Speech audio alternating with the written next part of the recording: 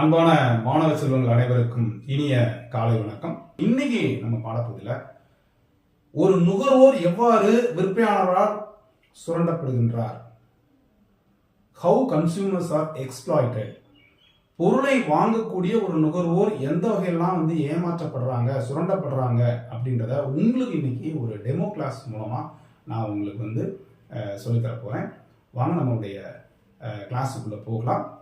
இப்போ ஃபர்ஸ்ட் பார்த்தீங்கன்னா, நம்மளுடைய விற்பனையாளர்கள்லாம் இருக்காங்க இல்லையா, செல்லர்ஸ், அவங்க பொருளை எப்படிலாம் தந்திரமா விற்கிறாங்க, அதன் மூலம் ஒரு நுகர்வோராகிய நாம் எவ்வாறு பாதிக்கப்படணுங்கிறத நீங்க கண்டிப்பா தெரிஞ்சுக்கணும். உங்களுக்கு அந்த ஒரு விழிப்புணர்வு கண்டிப்பா இருக்கணும். ஸோ அந்த வகையில் எந்த மாதிரிலாம் பொருட்களை விற்பனை செய்து நம்ம சுரண்டப்படுறோம் அப்படின்றத நம்ம பார்க்கலாம். இப்போ பாருங்க, நான் எடுத்துக்கக்கூடிய பொருள் பார்த்தீங்கன்னா அதிக விலைக்கு விற்றல். இப்போ நான் உங்களுக்கு ஒரு 2 பாட்டில் காமிக்கிறேன். இது ஒரு கூல்ட்ரிங்க்ஸ் பாட்டில் பாருங்களேன்.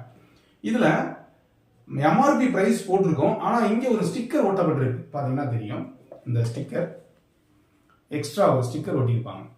இதுல எம்ஆர்பி அவங்க பிரைஸ் சொல்லியிருப்பாங்க. அது ஏற்கனவே நிர்ணயிக்கப்பட்ட விலையை விட அதிகமாக இருக்கும். இதன் மூலமாக நாம ஏமாற்றப்படுறோம். ஏற்கனவே எழுதியிருக்கும் அந்த பாக்கெட்ல எம்ஆர்பி, அதுக்கு மேல இவங்க ஒரு ஸ்டிக்கரை ஒட்டி அதிகமான விலைக்கு விற்பாங்க. அதுக்கு காரணம், செயற்கையாக அந்த பொருள் இல்லை என்ற ஒரு தோற்றத்தை உருவாக்கி அதன் மூலமாக இந்த பொருளை அதிகமாக வைப்பாங்க. நாம விஜிலண்டா இருக்கணும். இதுதான் நம்ம நுகர்வோர் சுரண்டப்படக்கூடிய நிலையில நம்பர் 1. இரண்டாவது பாத்தீங்க அப்படின்னு சொன்னா கலப்படம். ஸோ கலப்படம் பொதுவாக உணவுப் பொருட்கள் அதிகமா இருக்கும். இங்க நான் 2 பொருள் எடுத்திருக்கிறேன் பாருங்க. இது நெய், இது வனஸ்பதி, நம்ம டால்டான்னு சொல்லுவோம் இல்லைங்களா. இந்த இரண்டையும் பாத்தீங்கன்னா, இப்ப டால்டா ஸ்மெல் இருக்காதுங்க, இந்த நெய் இருக்கு. இந்த ரெண்டையும் மிக்ஸ் பண்ணலாம். இது பாருங்க, ஒரு 50 கிராம் வெறும் 10 ரூபாய் தான். ஆனா இது 50 கிராம் என்று சொல்லக்கூடிய போது 30 ரூபாய் 40 ரூபாய் இருக்கு. இந்த 2 பொருட்களையும் மிக்ஸ் பண்ணிட்டா எந்த விதமான நம்ம கண்டுபிடிக்க முடியாது வித்தியாசத்தை. ஆனா அதை உபயோகப்படுத்தும் பொழுது நமக்கு உடல் உபாதைகள் இந்த மாதிரிலாம் ஏற்படும். ஸோ அந்த வகையில கலப்படம் என்பது காமனா இருக்கு. இன்னொரு பொருளையும் நான் காமிக்கிறேன். இந்த 2 பொருளையும் பாருங்க. இது மிளகாய் பொடி, இது செங்கல் பொடி. இந்த ரெண்டையும் மிக்ஸ் பண்ணோம் அப்படின்னு சொன்னா நிச்சயமா நம்மளால வேறுபாடை கண்டுபிடிக்க முடியாது. ஸோ இதன் மூலமாகவும் நாம் நுகர்வோராகிய நாம் விற்பனையாளரால் சுரண்டப்படுகின்றோம். நாம் ரொம்ப அதற்கு கவனமாக அந்த பொருளை தேர்ந்தெடுக்கும் போது பார்க்கும் பொழுது பார்த்து வாங்கணும். அடுத்தபடியா 3வது பார்த்தீங்கன்னா டூப்ளிகேட் ப்ராடக்ட் அப்படின்னு சொல்லுவோம். ஒரு பொருள் மாதிரியே இன்னொரு பொருள் இருக்கும், சின்ன வித்தியாசம் மட்டும்தான் இருக்கும். இப்போ நான் பாருங்க, உங்களுக்கு இந்த 2 பிஸ்கட் காமிக்கிறேன். பாலா பாலு பாருங்க, ஒரு சின்ன வித்தியாசம் தான், நம்மளால கண்டுபிடிக்கவே முடியாது மார்க்கெட்ல. ஓ, இது ரெண்டும் ஒரே மாதிரியான ப்ராடக்ட் தானா, இந்த ப்ராடக்ட் நினைச்சிட்டு அந்த ப்ராடக்டை வாங்கிடுவோம், ஏமாந்துருவோம். இந்த மாதிரி ட்ரிக்ஸ் வச்சிருக்காங்க. அடுத்து பாருங்க, இதே மாதிரியே ஒரு மிட்டாய் எடுத்துக்கிட்டேன். பாருங்க, 2 ரேப்பர் கவர் ஒன்று போல இருக்கும். ஆனா ரெண்டும் பாத்தீங்கன்னா வேற ப்ராடக்ட். ஒன்று ஒரிஜினல் ப்ராடக்ட், இன்னொன்று டூப்ளிகேட் ப்ராடக்ட். ஸோ இது நம்மளை சுரண்டப்படுவதற்கான இன்னொரு வழின்னு சொல்லிக்கலாம். அடுத்து பாருங்க, சோப். 2 விதமான சோப் கொடுத்துருப்பாங்க. ரெண்டுமே நீங்க பாருங்களேன், கல்ஃப் அந்த எஃப்பும் பியும் மட்டும் மாற்றம் இருக்கும். இது பாத்தீங்கன்னா உங்களுக்கு வித்தியாசம் கண்டுபிடிக்க முடியாது. இந்த காரணங்கள்னால் நாம் என்ன செய்யறோம், ஏமாற்றப்படுறோம். இது போல பார்த்தீங்கன்னா நாம் அன்றாடம் உபயோகப்படுத்தக்கூடிய கை கடிகாரங்கள், சோனாட்டா இல்ல ஏதோ ஒரு பிராண்ட் இருக்குது, அதே மாதிரியே பிராண்டு கொண்ட 2 ப்ராடக்ட் இருக்கும், ஒரு சின்ன வித்தியாசம் மட்டும் இருக்கும். இந்த மாதிரி டூப்ளிகேட் ப்ராடக்ட்னாலே நாம் ஏமாற்றப்படுவோம். அடுத்து பார்த்தீங்கன்னா தரக்குறைவு, சப்ஸ்டாண்டர்ட் என்று சொல்லக்கூடிய தரம் எப்படி குறை இருக்கும்? 2 விதத்துல. ஒன்று குவாலிட்டி வைஸா, இன்னொன்று குவான்டிட்டி வைஸா. அதாவது அளவிலும் அதே மாதிரி குவாலிட்டி தரம் வைஸாவும் குறைவா இருக்கும். இப்ப பாருங்க, நான் 2 இந்த கடலைப்பருப்பு பாக்கெட் காமிக்கிறேன். 2 பாத்தீங்கன்னா தெரியும். ஒண்ணு பாருங்க, தரம் குறைவா, சின்னதா நிறைய இதெல்லாம் நஷ்டம் சேர்ந்துருக்கு. இது பாருங்க, நல்ல தரமான பருப்பா இருக்கு. இது 2க்கு வித்தியாசம் பாத்தீங்கன்னா தெரியும்.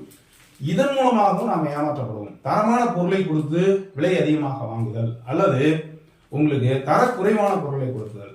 இன்னொன்று பார்த்தீங்கன்னா எடை குறைவாக கொடுத்தல். பாருங்க, இப்போ நான் இங்கே இந்த 2 விதமான அரிசி, ரெண்டும் ஒரே தரம் உள்ளதுதான், ஆனால் ரெண்டும் பார்த்தீங்கன்னா ஒரு 10 கிராம் டிஃபரன்ஸ் இருக்கும். உங்களால கண்டுபிடிக்க முடியாது. இந்த 2க்கும் நானே தான் உங்களுக்கு மெஷர் பண்ணி போட்டிருக்கேன். ஒன்றில் 100 கிராம், இன்னொன்று 90 கிராம் போட்டிருக்கேன். ரெண்டுக்கும் ஒரே மாதிரி பாக்கெட் இருக்கும். சிறிய அளவில் திருடப்படுகின்ற ஃபில்ஃப்ரேஜ் என்று சொல்லக்கூடிய விஷயங்கள்னால நம்ம வந்து சுரண்டப்படுவதை நம்மளால் கண்டுபிடிக்க முடியாது. ஸோ இந்த மாதிரி உணவுப் பொருட்களில் ஏற்படக்கூடிய இந்த தரக்குறைவு என்று சொல்லக்கூடியது மூலமாகவும் ஒரு நுகர்வோரானவர் சுரண்டப்படுகிறார். அடுத்து பார்த்தீங்கன்னா நமக்கு வந்து ப்ராடக்ட் ரிஸ்க் அப்படின்னு சொல்லக்கூடிய நமக்கு பொருள்களில் ஏற்படக்கூடிய இடர்பாடு. என்ன மாதிரிலாம் இடர்பாடு ஏற்படும்? ஒரு பொருளை உபயோகப்படுத்தினா அதில் உள்ள டேஞ்சர்லாம் இருக்கும், அதை நமக்கு சொல்லணும். அது சின்ன எழுத்துல போட்டிருப்பாங்க. உடல்நலக்கு தீங்கு என்று தெரிந்தும் கூட அந்த பொருட்களை வந்து நம்மளை விற்பதற்கு தூண்டுவாங்க. அந்த வகையில் பார்த்தீங்கன்னா சிகரெட், இது ஒரு சிகரெட் பாக்கெட் கொடுத்துருக்கேன்.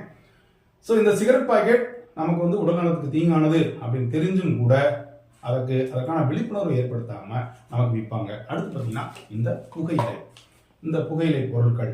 அடுத்து பார்த்தீங்கன்னா இந்த பூச்சிக்கொல்லி மருந்து என்று சொல்லக்கூடிய இந்த இன்செக்ட் கில்லர் சின்னதெல்லாம் நம்ம வச்சிருப்பாங்க, பார்த்தீங்கன்னா தெரியும். இது பயன்படுத்துவதன் மூலமா நமக்கு உடலுக்கு வந்து தீங்கு ஏற்படுகிறது, இடர்பாடு ஏற்படுகிறது, நமக்கு ரிஸ்க் ஏற்படுகிறது அப்படின்னு சொல்லிக்கலாம். ஸோ இந்த மாதிரியாகவும் நாம் வந்து சுரண்டப்படுகிறோம். அடுத்து பார்த்தீங்க அப்படின்னு சொன்னா பொருட்கள் உடையாது என்று சொல்லுவாங்க, ஆனா உடைஞ்சிடும். இது ரொம்ப நாளைக்கு வரும் அப்படின்னு சொல்லுவாங்க, ஷாக் அடிக்காதுன்னு சொல்லுவாங்க. பார்த்தீங்கன்னா திடீர்னு பார்த்தீங்கன்னா இதுல இருந்து நமக்கு ஷாக்கிங் வரும், இல்லை ஸ்பார்க் வரும். பேட்டரி லீக்கே ஆகாது அப்படின்னு சொல்லுவாங்க. பார்த்தீங்கன்னா அந்த பின் பக்கம் பார்த்தீங்கன்னா அந்த பேட்டரி வந்து காலப்போக்கில் லீக் ஆகி நம்மளுடைய பொருளே வந்து டேமேஜ் ஆகிற அளவுக்கு வந்து வந்துடும். அடுத்து பாருங்க பென்சில் எடுத்துக்கிட்டிங்கன்னா அந்த பென்சில் இதை சீவ ஒடிஞ்சுக்கிட்டே இருக்குங்க. தரமற்ற பென்சிலாக இருக்கும். கொஞ்சம் ஷார்ப் பண்ணிட்டோம்னா ஆட்டோமேட்டிக் பார்த்தீங்கன்னா முடிஞ்சிச்சு. இந்த பொருளுடைய தரம் அவ்வளவுதான். அப்போ இதெல்லாம் இடர்பாடு கொண்ட பொருட்கள் நாம் வந்து என்ன பண்றோம், இதை பயன்படுத்திட்டு நாம் ஏமாற்றப்படுறோம். இதற்கு எதிராக நாம் போராடுவது என்பது இல்லை. ஸோ இந்த மாதிரியும் நாம் வந்து சுரண்டப்படுறோம். அடுத்து பார்த்தீங்கன்னா பொய் விளம்பரங்கள். இந்த பொய் விளம்பரம்னு சொன்ன உடனே நமக்கே தெரியும், சில பொருளுக்கு வந்து விளம்பரம் நிறைய ஓகன்னு சொல்லுவாங்க, உண்மையில அதெல்லாம் இல்லை. இப்போ பாருங்க, இந்த நான் ஒரு டூத் பேஸ்ட் உங்களுக்கு சொல்லுவேன், பர்பஸை கொடுத்துருக்கேன். இதில் பாருங்க, இதை உபயோகப்படுத்துவதற்கு முன்பு இங்கே என்ன நடந்திருக்குன்னு பாருங்க, உபயோகப்படுத்திய பின்பு என்ன நடந்திருக்கு. பல்லு வந்து நல்லா அப்படியே வெயிட் ஆயிரும் அப்படின்னு சொல்றாங்க. உண்மையில் அது போன்று நிச்சயமாக நடப்பது இல்லை, கிடையவே. அடுத்து பாருங்க, இந்த ஒரு ஷாம்பு பாட்டில் உங்களுக்கு கொடுத்துருங்க, மூன் அப்படின்ற ஷாம்பு. இதுல வந்து பலவிதமான அந்த ஹேர் ப்ராப்ளத்துக்கு ரிமூவ் பண்றதா சொல்லுவாங்க. உண்மையை சொன்னோம்னா அப்படி இல்லவே இல்லை. அடுத்து பாருங்க, இந்த தலைவலி பாம். இந்த தலைவலி பாம் அனைத்து விதமான சளி தொல்லை, இருமல், காய்ச்சல், தும்மல் அனைத்திற்கும் இது நிவாரணம்னு சொல்லுவாங்க. உண்மையில் பார்த்தீங்கன்னா இந்த பொய்யான விளம்பரம் மூலமா ஏமாந்து நாமளே வந்து பொருட்களை வந்து வாங்கிடுவோம். இதுவும் வந்து உண்மை இல்லை அப்படின்னு சொல்லலாம். இது போக பார்த்தீங்கன்னா செயற்கை பற்றாக்குறை என்று சொல்லக்கூடிய ஆர்டிபிஷியல் ஸ்கேர்சிட்டியை உருவாக்கும். அதுல முக்கியமா பார்த்தீங்க அப்படின்னு சொன்னா பாருங்க, இப்போ நான் உங்களுக்கு இந்த ஹவுஸ்ஃபுல்னு போட்டுருப்பாங்க, எஸ்பெஷலி நீங்க தியேட்டர்ல பார்க்கலாம். இப்போ இதுல இந்த பிக்சர்ல பாருங்க, ஹவுஸ்ஃபுல்னு இருக்குது பாருங்க, உங்களுக்கு பிக்சர்ல இமேஜ் தலையில இருக்கு. ஆனா உண்மையை பார்த்தீங்கன்னா தியேட்டர் காலியா இருக்குது. அப்போ ஹவுஸ்ஃபுல்ல வெளியில போர்டு போட்டுட்டு வெளியில பிளாக்ல வந்து டிக்கெட் அதிகமான விலைக்கு விற்பாங்க. ஸோ இதன் மூலமாகவும் நுகர்வோர் வந்து சுரண்டப்படுகின்றார்கள். அடுத்து பார்த்தீங்கன்னா நாம் அன்றாடம் பயன்படுத்தக்கூடிய வீட்டு உபயோகப் பொருட்கள், ஃப்ரிட்ஜ், டிவி, அதே மாதிரி ஹோம் அப்ளையன்சஸ், கார், இந்த மாதிரி பொருட்கள்லாம் நமக்கு வந்து கேரண்டி கொடுப்பது உண்டு. ஸோ அந்த கேரண்டி கார்டெலாம் நமக்கு இருக்கும், இந்த மாதிரி கொடுத்துருப்பாங்க. ஆனால் அது ரிப்பேர் ஆயிடுச்சு அப்படின்னு சொன்னால் அதை கொண்டு போகும்பொழுது இந்த பர்டிகுலர் ஸ்பேர் ஸ்பாட்டுக்கு வந்து கேரண்டி கிடையாது, இந்த பர்டிகுலர் ஸ்பேர் ஸ்பாட்டுக்கு வந்து உங்களுக்கு வந்து வாரண்டி இல்லை அப்படின்னு சொல்வதன் மூலமாகவும் ஏமாற்றுவாங்க. ஸோ நம்ம பாடப்பகுதியில் இன்னைக்கு நம்ம அந்த சின்ன வீடியோ மூலமாக எப்படி நுகர்வோர் சுரண்டப்படுவாங்க அப்படின்றத பார்த்தோம். இந்த சார்ட்ல நீங்கள் பார்த்துக்கலாம், நம்மளோட ஒரு ஹெட்டிங்கில் ஹவு கன்சியூமர்ஸ் ஆர் எக்ஸ்ப்ளாய்டட் அப்படின்னு சொல்லிட்டு நமக்கு இருக்கு. நம்ம விஜிலண்டாக இருந்தோம்னா நல்ல பொருட்களை வாங்க முடியும். அதை தான் நம்ம சொல்லுவோம், லெட் த பையர் பிவேர் அப்படின்னு சொல்லுவோம். பையர் எப்பொழுதும் விழிப்புணர்வோடு இருக்கணும். இப்போ உங்களுக்கு இந்த 9 கேள்வியிலிருந்து ஒரு 5 சப்ஹெட்டிங் கேட்டாங்கன்னா உங்களால் எளிமையாக சொல்ல முடியும். நீங்களும் ஒரு விழிப்புணர்வு அடைஞ்சிருப்பீங்க நான் நம்புறேன். மீண்டும் அடுத்த ஒரு வீடியோவில் இவ்வாறு பாதிக்கப்பட்ட நாம் என்ன செய்யணும், எங்கே போகணும், யார்கிட்ட போகணும், இதுக்கு ரெமெடி எங்க அப்படின்றத பற்றி அடுத்த வீடியோவில் பார்க்கலாம். மீண்டும் சந்திக்கலாம். நன்றி, வணக்கம்.